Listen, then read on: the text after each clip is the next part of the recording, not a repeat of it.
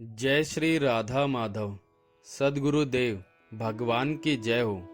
पूज्य श्री भाई जी की पुस्तक से आज भाई जी बता रहे हैं, गजराज की कथा बहुत प्रसिद्ध है।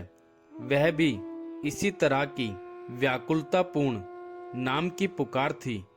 यदि आज भी कोई यूं ही सच्चे मन से व्याकुल होकर पुकारे तो यह निश्चय है कि उसके लोक परलोक दोनों की सिद्धि निश्चिंत रूपेण हो सकती है।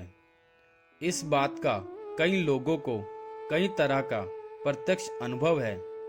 ऐतव प्रातःकाल, सायंकाल, रात को सोते समय भगवान नाम का कीर्तन अवश्य करना चाहिए। जहाँ तक हो सके कीर्तन निष्काम एवं केवल प्रेम भाव से ही करना उचित है। यूं तो व्यक्तिगत नाम कीर्तन की बात हुई। इसके बाद समुदाय में नाम कीर्तन का तरीका बतलाया जाता है।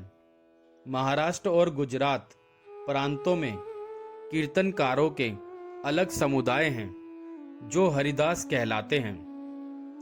ये लोग समय समय पर मंदिरों, धर्म सभाओं और उत्सवों के अवसर पर बुलाए जाते हैं। इनका कीर्तन बड़ा सुंदर होता है।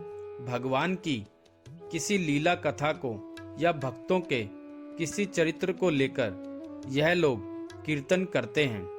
आरंभ में किसी भक्त का कोई एक श्लोक या पद गाते हैं और उसी पर उनका सारा कीर्तन चलता है। अंत में उसी श्लोक या पद के साथ कीर्तन समाप्त किया जाता है। आरंभ में, अंत में और बीच बीच में हरि नाम की धुन लगाई जाती है, जिसमें श्रोतागण भी साथ देते हैं। ये लोग गाना बजाना भी जानते हैं और कम से कम हारमोनियम तथा तबलों के साथ इनका कीर्तन होता है। बीच बीच में सुंदर पद भी गाते हैं। इसमें दोष यही है कि इस प्रकार के अधिकांश कीर्तनकारों का ध्यान भगवान नाम की अपेक्षा सुर अलाप की तरफ अधिक रहता है। गुजरात में विवाह के अवसर पर एक दिन हरि कीर्तन कराने की प्रथा है, जो बड़ी ही सुंदर मालूम होती है। अन्य अनेक प्रमादों में धन का नाश किया जाता है। वहां यदि इस प्रथा का प्रचार किया जाए तो लोगों के मनोरंजन के साथ ही साथ बड़ा परमार्थिक लाभ भी हो सकता है। यह भी एक तरह का संकीर्तन है। इसके बाद वह कीर्तन आता है जो सर्वश्रेष्ठ है, जिसका इस युग में विशेष प्रचार महाप्रभु श्री श्री गौरांग देव जी की कृपा से हुआ। इस कीर्तन का प्रकार यह है, बहुत से लोग एक स्थान पर एकत्रित होते हैं। एक आदमी एक बार पहले बोलता है, उसके पीछे पीछे और सब बोलते हैं, पर आगे चलकर सभी एक साथ बोलने लगते हैं। किसी एक नाम की धुन को सब एक स्वर से बोलते हैं। ढोल, करताल, झांझ और तालियां बजाते हुए गला खोलकर लज्जा छोड़कर बोलते हैं। जब धुन जम जाती है तब स्वर का ध्यान आप ही छूट जाता है। कीर्तन करने वाला दल धुन में मस्त हो जाता है। फिर कीर्तन की मस्ती में नृत्य आरंभ होता है। रग रग नाचने लगती है। आंखों से अश्रु की धारा बहने लगती है। शरीर ज्ञान नष्ट हो जाता है। नवदीप, वृंदावन, अयोध्या और पंढरपुर में ऐसे कीर्तन बहुत हुआ करते हैं।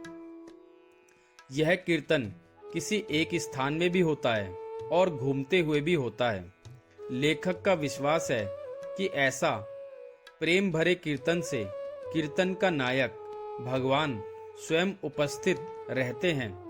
उनका यह प्रण है, नाहं बसामि वैकुंठे योगिनां हृदय न च मद्भक्ता यत्र गायन्ति तत्र तिष्ठामि नारदा। श्री भगवान आदि पुराण में कहते हैं, मैं वैकुंठ में या योगियों के हृदयों में नहीं रहता। मेरे भक्त जहाँ मिलकर मेरा गान करते हैं, मैं वहीं रहता हूँ। इस प्रकार के कीर्तन में प्रेम का सागर उमड़ता है जो जगत भर को पावन कर देता है। इस कीर्तन में ब्राह्मण, चंडाल सभी शामिल हो सकते हैं। जिसको प्रेम उपजा वही सम्मिलित हो गया, कोई रुकावट नहीं। जाति पाति पूछे नहीं कोई, हरि को भजे सो हरि को होए। वही बड़ा है, वही श्रेष्ठ है जो प्रेम से नाम कीर्तन में मतवाला होकर स्वयं पावन होता है और दूसरों को पावन करता है। इस कीर्तन से एक बड़ा लाभ और होता है। हरि नाम की तुमुल ध्वनि पापी, पतित, पशु, पक्षी तक के कानों में जाकर सबको पवित्र और पाप मुक्त करती है। जिसके श्रवण रंध्र से भगवन नाम उसके हृदय के अंदर चला जाता है, उसी के पाप मल को वह धो डालता है। जय श्री राधा माधव।